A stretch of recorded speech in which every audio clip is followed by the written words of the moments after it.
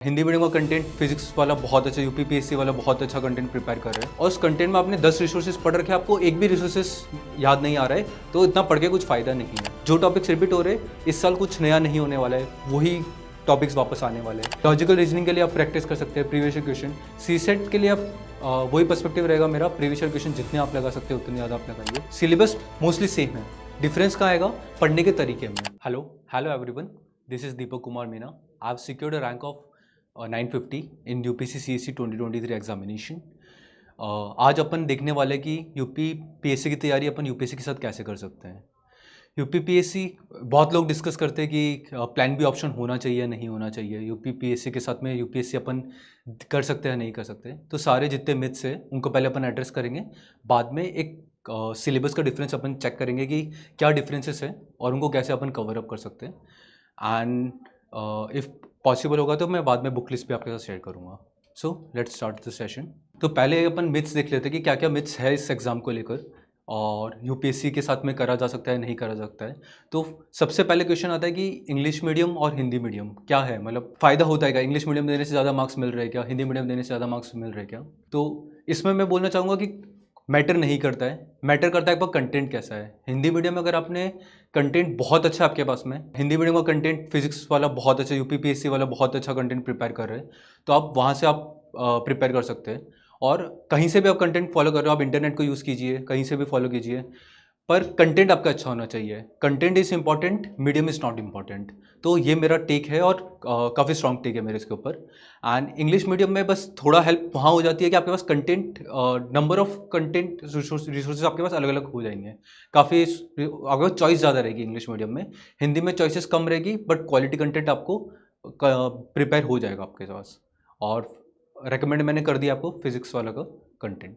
And secondly educational qualification, ये जब से मेरा क्वालिफिकेशन हुआ है, जब से मेरा क्लियर हुआ है एग्ज़ाम, तब से ये सब पूछते हैं कि आप आईटी बैकग्राउंड से हो, आपका स्कूलिंग कहाँ से हुआ है, आपने इंग्लिश मीडियम से करा है, आपका स्कूलिंग किस स्कूल से हुआ है, ये सारे क्वेश्चंस आते हैं। तो यहाँ से मुझे समझ आया कि लोगों को बहुत इनसिक्योरिटी है, कॉन्फिडेंस, अंडर कॉन्फिडेंस है कि हम आईटी से नहीं आते, हम एनआईटी से नहीं आते, मैं इंजीनियरिंग बैकग्राउंड से नहीं हूँ, मैंने बीए किया हुआ है, किसी प्राइवेट कॉलेज से किया है। तो ये एग्ज़ाम ऐसा है जो आपको कभी पार्शलिटी नहीं करेगा, बायसनेस नहीं आएगी आपके अगेंस्ट में कहीं कहीं पे भी। तो आईटी होना कहीं मैटर नहीं करता है, ना इंटरव्यू में मैटर करेगा।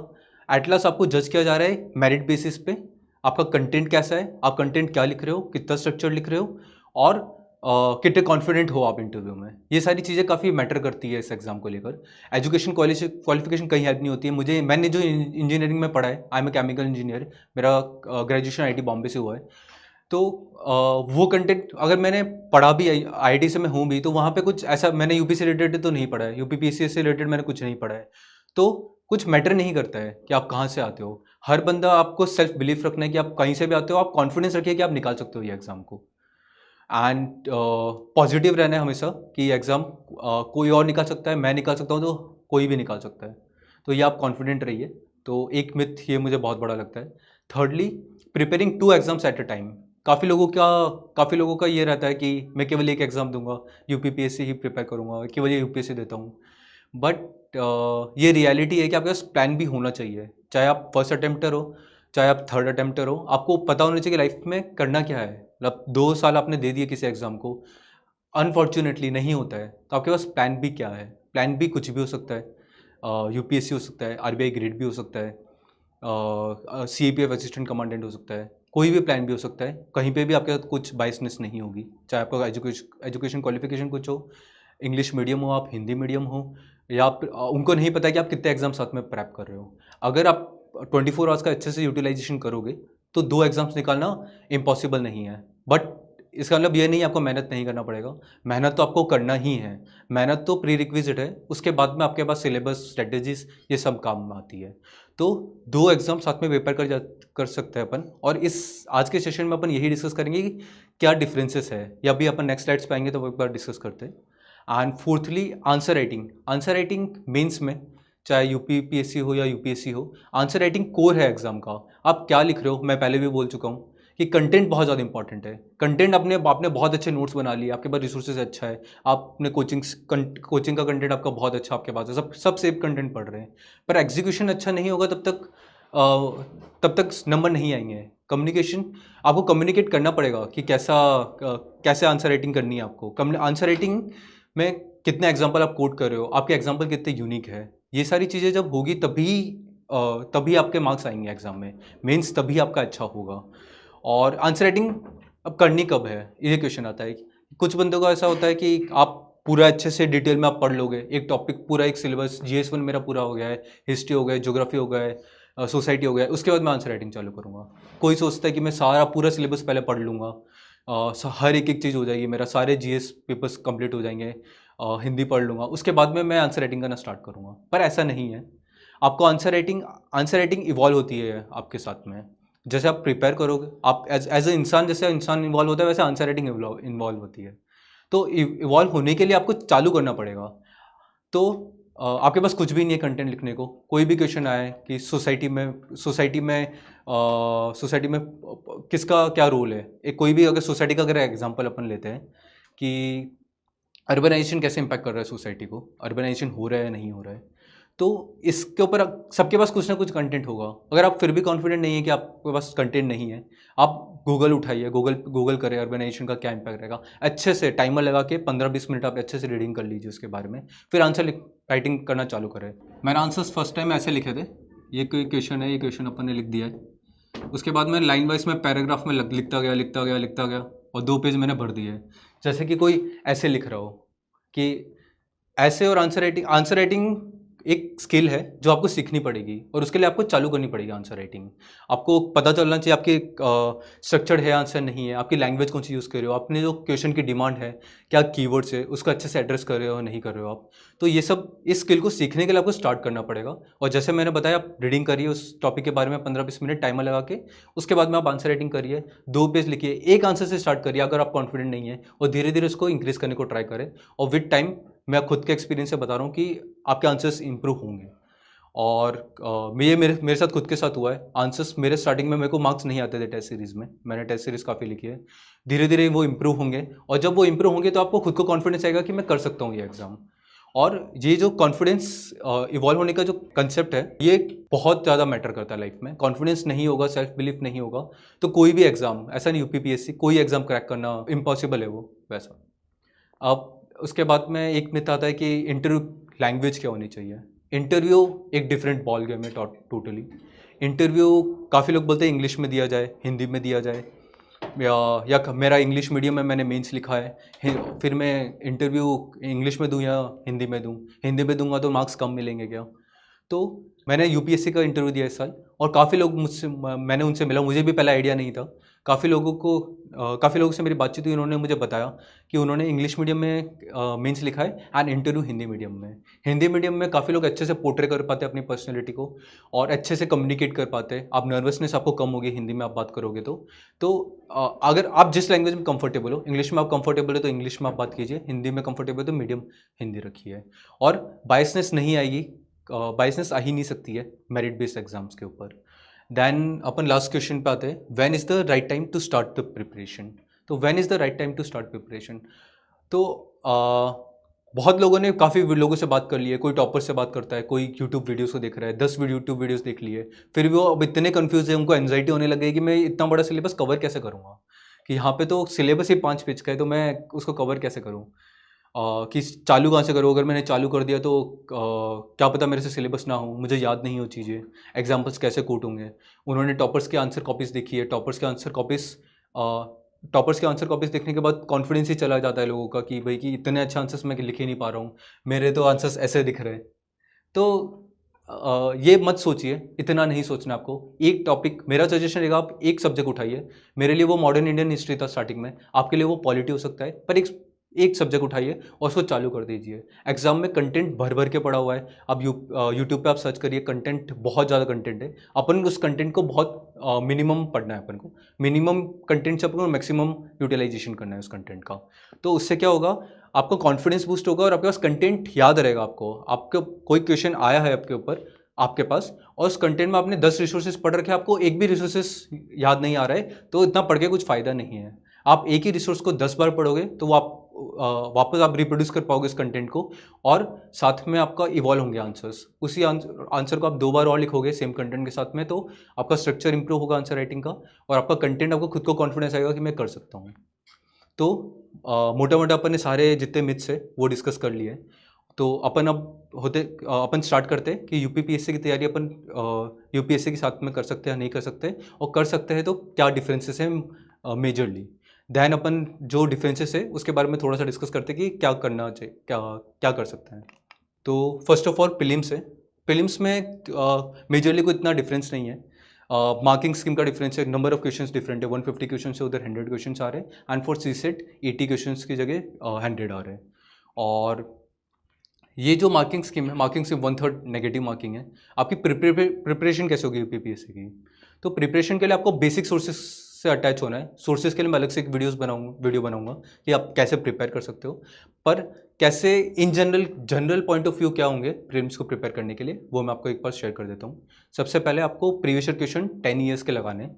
10 ईयर्स के क्वेश्चंस लगाने का मतलब यह है कि आपके पास बेसिक, आपका जो क्वेश्चन का जो कोर है उसको आप समझो, कि एआई के ऊपर, आर्टिफिशियल इंटेलिजेंस के ऊपर कोई क्वेश्चन आए तो उसका एक बैकग्राउंड आप पढ़िए, अभी क्या डेवलपमेंट हुई है, गवर्नमेंट वेबसाइट्स पे आइए, यूपी की कोई वेबसाइट पे जाइए, गवर्नमेंट ऑफिशियल वेबसाइट्स पे, उससे आप समझिए कि क्या आर्टिफिशियल इंटेलिजेंस पे क्या चल रहा है यूपी के अंदर।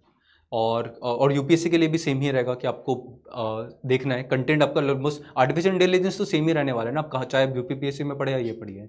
जो करंट अफेयर है, करंट अफेयर नो डाउट अलग आएगा। आप एक लोकल न्यूज़पेपर पढ़ना स्टार्ट कीजिए यूपीपीएससी के लिए, और साथ में यूपीएससी के लिए आप द हिंदू, इंडियन एक्सप्रेस, जो आपको समझ में आता है, जिसमें आपको कॉन्फिडेंस आ रहा है, वो आप कीजिए। एंड फॉर जनरल स्टडीज़ का जो प्रीलिम्स का पेपर है, उसमें बहुत लोग करंट अफेयर पे बहुत ज़्यादा फोकस कर रहे हैं कि करंट अफेयर की बहुत हाइप हो गई है मार्केट में, कंटेंट बहुत ज़्यादा है। तो अगर आपका स्टैटिक पोर्शन कवर्ड नहीं है अच्छे से, मॉडर्न इंडियन हिस्ट्री हो गया, पॉलिटी हो गया, एनवायरनमेंट के बेसिक्स हो गए, अगर ये आपने अच्छे से प्रिपेयर नहीं किया है, तो आप करंट अफेयर कितना भी पढ़ लीजिए, एग्जाम निकालना थोड़ा टफ हो जाएगा। तो आप स्टैटिक पोर्शन कवर कीजिए, साथ साथ में करंट अफेयर को साथ में लेके जाइए, तो उससे आपको खुद को कॉन्फिडेंस आएगा। एग्जाम जो आप मॉक टेस्ट दोगे उसमें मार्क्स इंप्रूव होंगे आपके।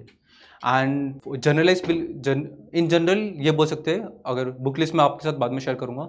सेकेंडली जो सेकंड पेपर है सी सेट, इसमें डिफरेंस यही है कि 100 क्वेश्चन की जगह 80 क्वेश्चन आते हैं यूपीएससी के अंदर।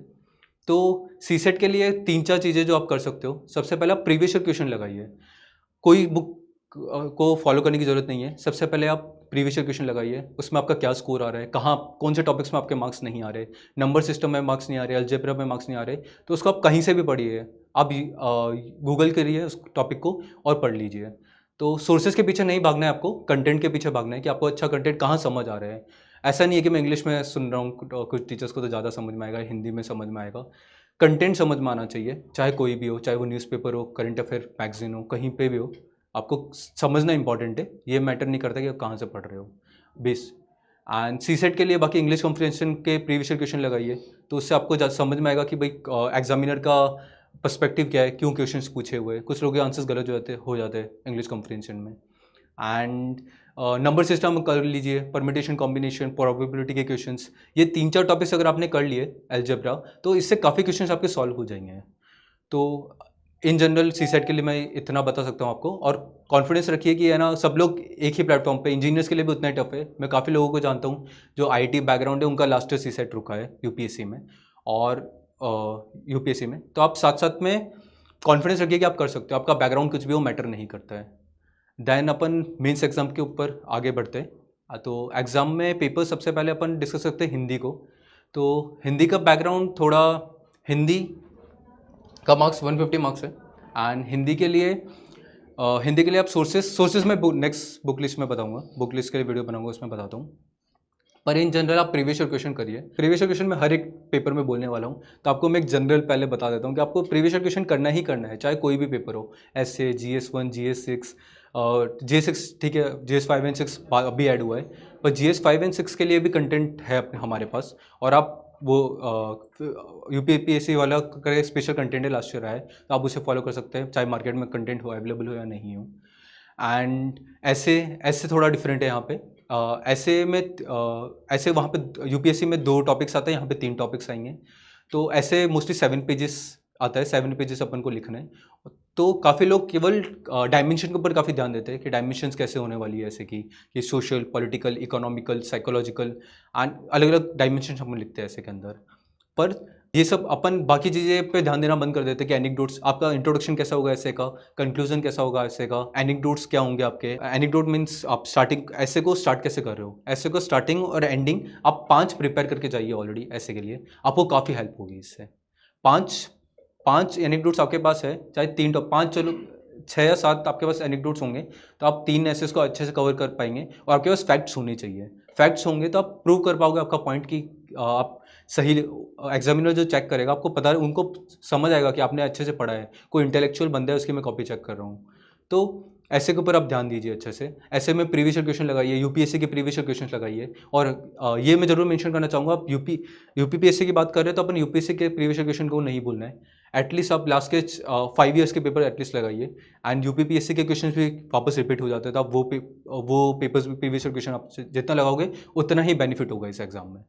And GS1 history, geography, society book list जैसे मैंने बताया बाद में शेयर की जाएगी, बट एक जनरल पर्सपेक्टिव में आपको बता सकता हूँ कि कैसे प्रिपेयर करना है। तो previous year question in general मैंने बता दिया है करना है।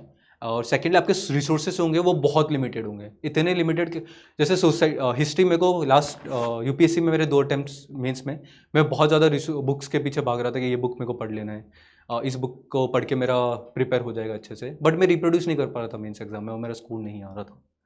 तो इस साल इस अटेम्प्ट में मैंने क्या करा, मैंने कोई भी टॉपिक है, गुप्ता एडमिनिस्ट्रेशन है, उस पर मैंने एक पन्ना लिया लिटरली।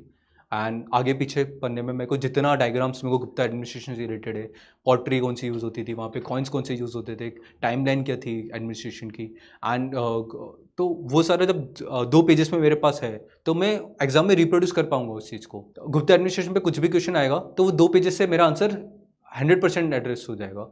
और ये एक स्किल है आंसर राइटिंग, जैसे मैंने स्टार्टिंग में बताया, आंसर राइटिंग इतनी इंपॉर्टेंट है कि वो 2 पेजेस से आप आराम से बहुत अच्छा आंसर लिख सकते हो।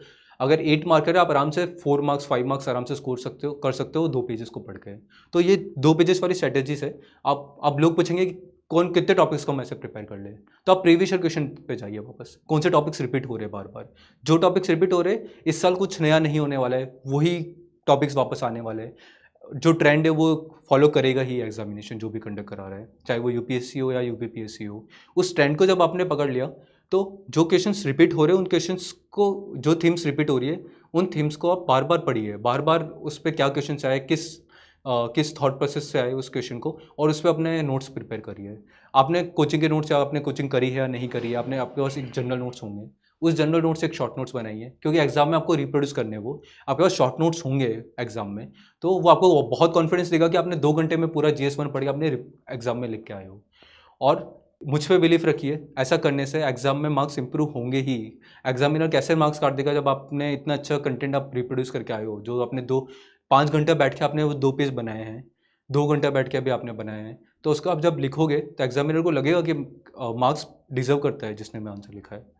और अगर अपन मार्किंग स्कीम्स की बात करें, यूपीएससी में थोड़ा 250 मार्क्स के क्वेश्चंस होते हैं, 250 मार्क्स का एक पेपर होता है GS 1 2 3 4। यूपीपीएससी में 150 मार्क्स हिंदी, 150 मार्क्स ऐसे, एंड बाकी 200 मार्क्स एंड इंटरव्यू 100 मार्क्स। और एक और सब्जेक्ट है जिसके बारे में मैं डिस्कस करना चाहूँगा एक पेपर, वो है एथिक्स। तो एथिक्स में जहाँ तक है केस स्टडीज आती है एंड क्वेश्चंस आते हैं। तो क्वेश्चंस जो भी टॉपिक्स दिए हुए सिलेबस के अंदर, आप उनके डेफिनेशंस, उनके एग्जाम्पल्स, और अपने लाइफ से रिलेटेड एक एग्जाम्पल कि आपने कुछ करा हो। एथिक्स एक ऐसा पेपर है इसमें आप पोर्ट्रे कर सकते हो आप इंसान कैसे हो। अगर आप जेन्युइनली अच्छे इंसान हो, आप अच्छा इस पब्लिक सर्वेंट बनना चाहते हो, आप तो सिविल सर्वेंट बनना चाहते हो और अपने आप को पोर्ट्रे करना चाहते हो, एथिक्स बहुत अच्छा पेपर है, इसमें आप पोर्ट्रे कर सकते हो और मार्क्स को गैदर कर सकते हो।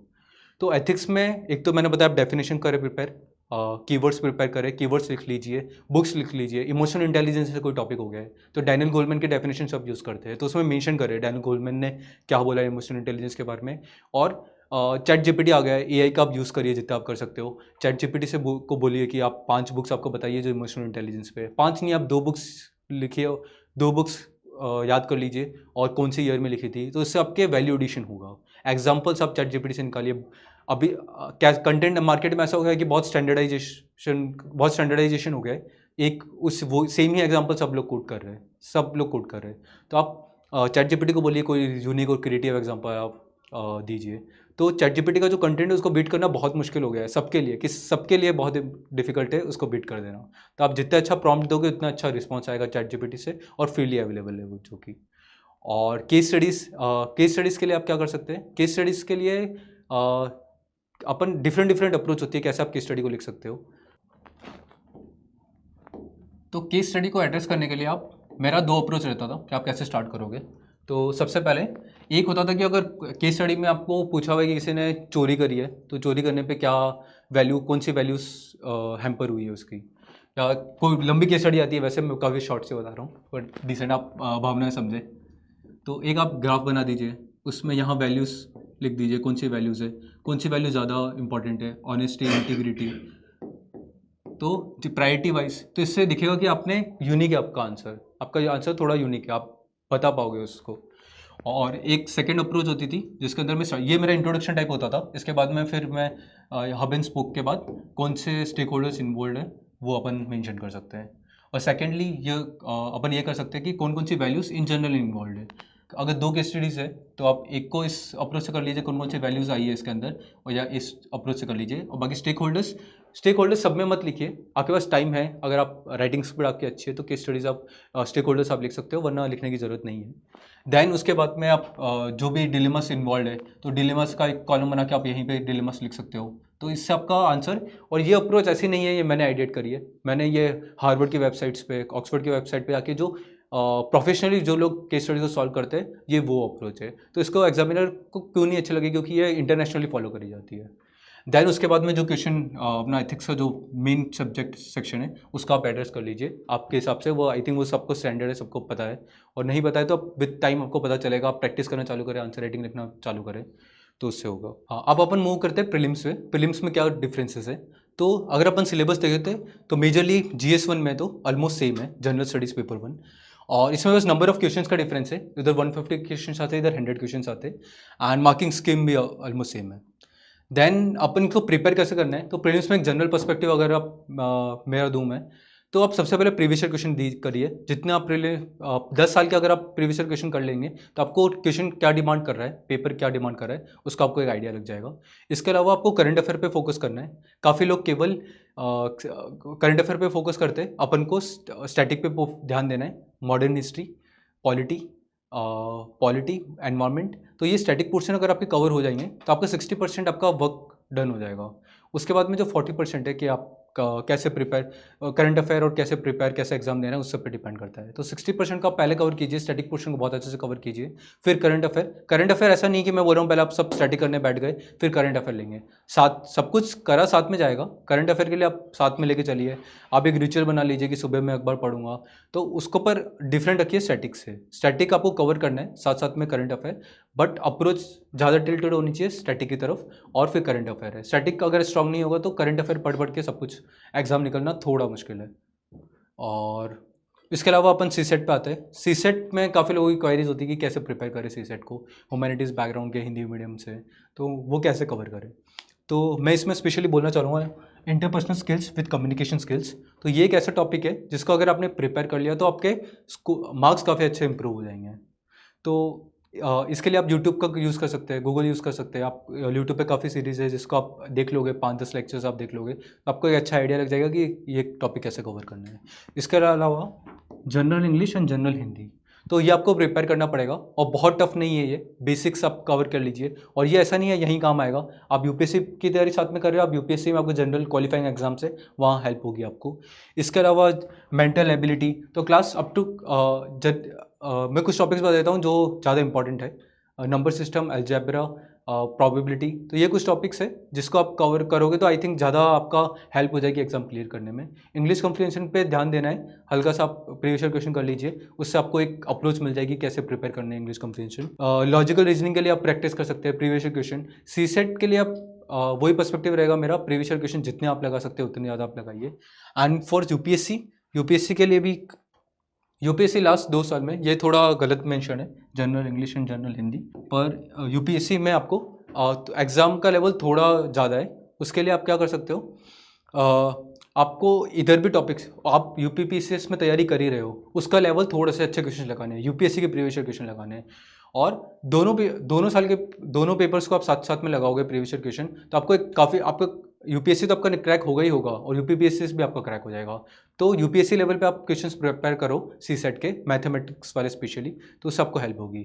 और इसमें आपको इंग्लिश कॉम्प्रिहेंशन इसमें 25 to 27 वेरी करता है हर साल, तो आप इंग्लिश कॉम्प्रिहेंशन के लिए प्रीवियस ईयर क्वेश्चन लगाओ यूपीएससी के लिए, तो आपको हेल्प करेगा इधर भी और यूपीपीएससी में भी। सो आई थिंक अपन ने मोस्टली कवर कर लिया है।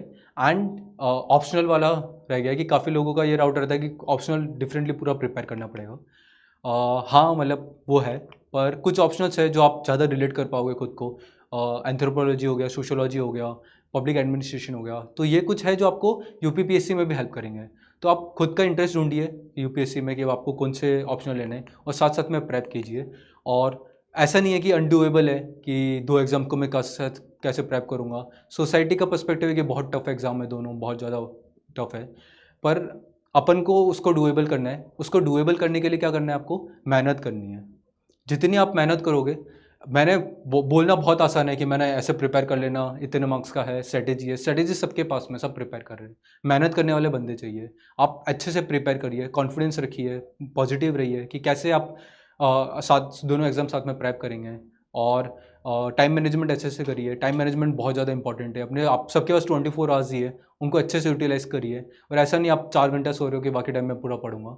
काफ़ी रियलिस्टिक रखिए टाइम टेबल अपना, 6 घंटा 7 घंटा सोइए आराम से। बट जो बाकी टाइम आप डिवोट कर रहे हैं उसको बहुत अच्छे से, आउटपुट उसका बहुत अच्छा निकलना चाहिए। और कॉन्फिडेंस रखिए कि आप कर सकते हो।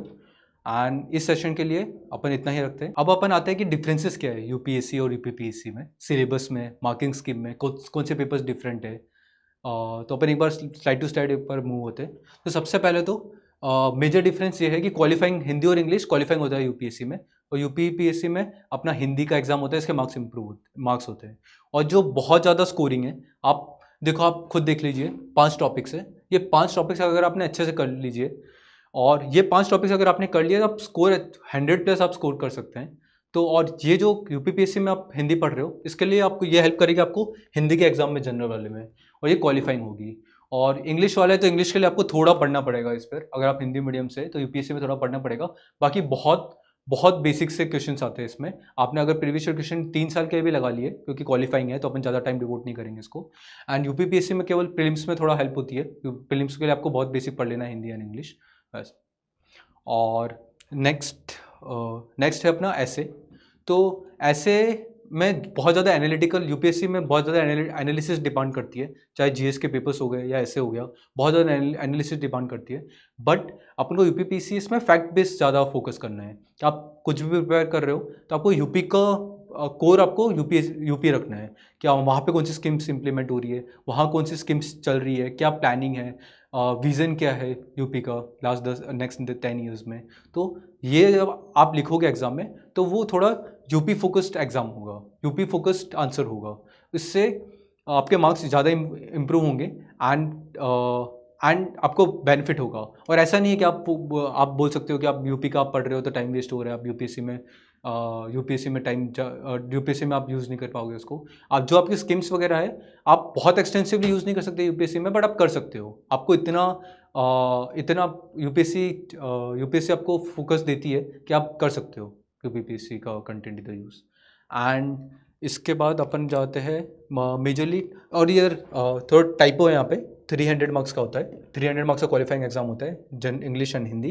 एंड उधर 150 मार्क्स का जो मार्क्स इंक्लूड होते हैं फाइनल उस रिजल्ट में। एंड ऐसे इधर 150 मार्क्स का, इधर 250 मार्क्स का है। तो पहले अपन मेंस पे फोकस करते हैं, देन अपन प्रीलिम्स पे जाएंगे। एंड इसमें जीएस 1 2 3 4 आया अपना, तो इसमें 200 मार्क्स है, इधर 250 मार्क्स है। सिलेबस मोस्टली सेम है, डिफरेंस कहाँ आएगा, पढ़ने के तरीके में। यूपीपीएससी में आपको तैयारी करनी है फैक्ट बेस्ड। अगर कोई भी एग्जांपल अपन लेते हैं, क्विट इंडिया मूवमेंट को आप स्पेक्ट्रम से पढ़ रहे हो, तो एनालिसिस कि क्विट इंडिया मूवमेंट से पहले क्या होता, क्विट इंडिया मूवमेंट का आउटकम क्या निकला, हुआ क्यों था, बैकग्राउंड क्या था, किस एनवायरनमेंट में हुआ था, आप बहुत ज़्यादा डेप्थ में पढ़ोगे उस चीज़ को। बट यूपीपीएससी में इतना डिमांड नहीं है, आप आराम से उसका फैक्ट बेस क्या हुआ था कब हुआ था और क्यों हुआ था। बहुत बेसिक से आप पढ़ लीजिए, उससे आपका मॉडर्न हिस्ट्री हो जाएगा। तो पढ़ने रिसोर्सेज आपके सेम है GS 1 2 3 4 में, आपका पढ़ने का तरीका अलग रहेगा। तो वो पढ़ने के तरीकों को आपको कैच करना है और दोनों को साथ में लेके चलना है। इससे आपका बहुत टाइम नहीं जाने वाला है इस चीज़ में। बस आपको मेंटली प्रिपेयर रहना है कि आपको दोनों एग्जाम साथ में लेके चलने हैं, जो भी आप रिसोर्स पढ़ रहे हो। एंड मैं फोकस देना चाहूँगा GS 4 में। GS 4 एक ऐसा टॉपिक है, पेपर है, जिसमें आप बहुत ज़्यादा स्कोर कर सकते हो। इसमें आपको पहले एग्जाम से पहले आपको वॉर के लिए पहले प्रिपेयर करना है। आपको तलवार चलानी पहले सीखनी है। वॉर जब एग्जाम में बैठोगे तब आपकी तलवार ऐसे चलनी चाहिए कि पता हो एग्जामिनर को कि भाई ये ऑलरेडी बहुत अच्छे से प्रिपेयर करके आया है। तो आपको प्रिपेयर कैसे करना है एथिक्स, तो एथिक्स के लिए सबसे पहले आपको सबसे पहले डेफिनेशंस, जितने कीवर्ड्स है पेपर में, इमोशनल इंटेलिजेंस हो गया तो उसकी डेफिनेशन क्या है, उसका एग्जाम्पल क्या है, और कोई थिंकर, कोई एक थिंकर एटलीस्ट। और थिंकर नहीं भी लिख रहे हो, अगर आपको एग्जाम में याद नहीं आ रहा है तो ऐसा नहीं है कि बहुत घबरा जाना है कि मुझे याद नहीं आ रहा है। नहीं आ रहा, कुछ भी चीज़ याद नहीं आ रही, कोई दिक्कत नहीं है। आपको बस प्रिपेयर अच्छे से करना है, अपना 100% देना है। तो इन चीज़ों से क्या होगा, जब एग्जाम में क्वेश्चन आएगा तो आपका आंसर्स में थोड़ा थोड़ा इंटेलेक्चुअल टिल्ट आएगा, उससे आपके मार्क्स इंप्रूव होंगे, वैलिडेशन होगा। और एग्जाम्पल्स में मैं ज़्यादा फोकस देना चाहूँगा। बहुत ज़्यादा स्टैंडर्डाइजेशन हो गया है पेपर्स एग्जाम्पल्स का, कि सेम ही एग्जाम्पल को सेम एग्जाम्पल को अलग अलग लोग कोट कर रहे हैं और बहुत स्टैंडर्ड हो गया है वो। तो इसके लिए आप यूज़ कीजिए ChatGPT का। ChatGPT को बोलिए आप कि आपको यूनिक एग्जाम्पल्स चाहिए, इंटीग्रिटी से रिलेटेड, पब्लिक सर्विस, और एग्जाम्पल्स आप पब्लिक सर्वेंट से रिलेटेड आप दोगे तो ज़्यादा बेनिफिट होगा। बाकी कुछ स्कीम्स है एथिक्स में, बहुत सारे कुछ स्कीम्स होगी यूपी के अंदर, जहाँ पे एथिकल टिल्ट होगा उनको आप कोट कर सकते हो इसके अंदर। कोई केस स्टडी होगी, आप आराम से पेपर के अंदर आप बॉक्स बना के केस स्टडी लिखिए छोटा सा, अगर ये पेपर है यहाँ पे आप केस स्टडी लिख के आप लिखिए, तो इससे आपका आंसर यूनिक दिखेगा। थोड़ी क्रिएटिविटी आप आंसर्स के अंदर दिखाइए, और यूपीएससी में काफ़ी हेल्प होगी इससे आपको। यूपीपीएससी में भी आप इसको इंप्लीमेंट कर सकते हैं। एंड इसके अलावा जो छोटे टॉपिक्स के अपन ध्यान नहीं देते, जैसे सिक्योरिटी हो गया, डिजास्टर मैनेजमेंट हो गया, तो ये दो ऐसे टॉपिक है जिसकी प्रिपरेशन, जो बहुत ज़्यादा प्रिपरेशन डिमांड नहीं करता है, कि आप इसको 5 दिन दे के आप एक शॉर्ट नोट्स बना लोगे डिजास्टर मैनेजमेंट के, साइंस एंड टेक के, सिक्योरिटी के, तो ये आपको आउटपुट बहुत अच्छा देगा कि आप 5 दिन पढ़ के बहुत अच्छा स्कोर कर पाओगे GS 3 में। बहुत लोगों का स्कोर कम रह जाता है GS 3 में। तो ये एक चीज़ है, ये एक टिप है जो मैं देना चाहूँगा कि आप ये छोटे टॉपिक्स को काफ़ी अच्छे से प्रिपेयर कीजिए। बाकी पॉलिटी, और इसमें एक जनरल टिप अगर मैं बोलूँ, अगर जनरल स्टडीज़ 2 में कुछ करना है तो constitution, polity, social justice, international relations में आपको अवेयर रहना है कि मार्केट क्या चल रहा है देश दुनिया में। तो वो आप यूट्यूब से कहीं से भी आप पढ़िए, बस आपको अवेयर रहना है, और कुछ कंटेंट आपके पास पहले डेवलप होना चाहिए, इंडिया जापान के क्या रिलेशंस है, तो ये आपको दोनों एग्जाम्स में हेल्प करेगा। एंड कुछ वैलिडेशन आप क्या कर सकते हो GS 2 के पेपर में, तो वो मैं बोलूँगा कि आपको कुछ तो एग्जाम्पल तो सब में ही होता है, बाकी इसके अंदर आप कोर्ट के जजमेंट्स, कमिटीज़,